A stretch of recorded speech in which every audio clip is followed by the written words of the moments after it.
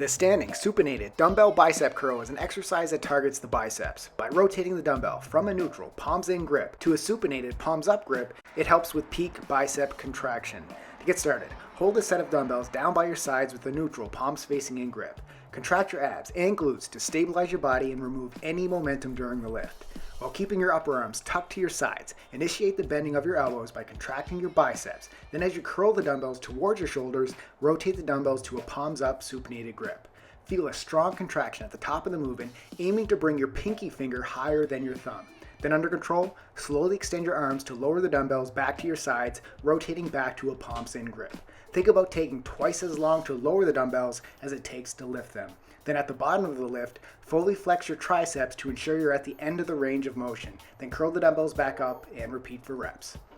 Make sure you subscribe for more Live Lean exercise demos.